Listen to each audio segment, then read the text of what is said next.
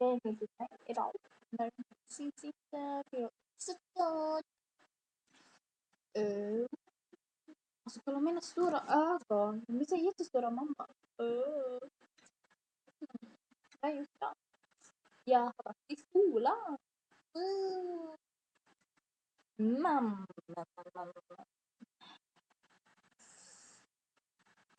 Jag gick hem. Så jag gick faktiskt inte i skolan hela tiden. Vilket var riktigt dåligt. Men det får jag ta igen.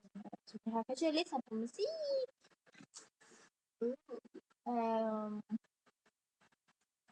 tror jag dör. Min Coca-Cola är slut.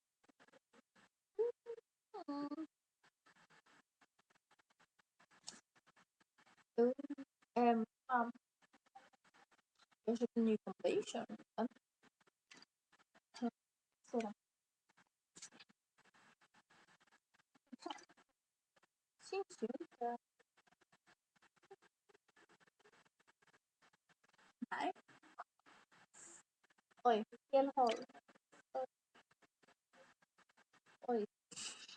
Jag är jättebra. Förlåt mig. Nej.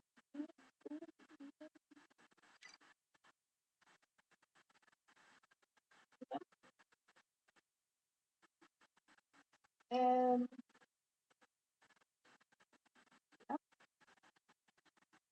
Gör det märkligt här. Och sen är det bara en sak till en person. Att jag är asiat.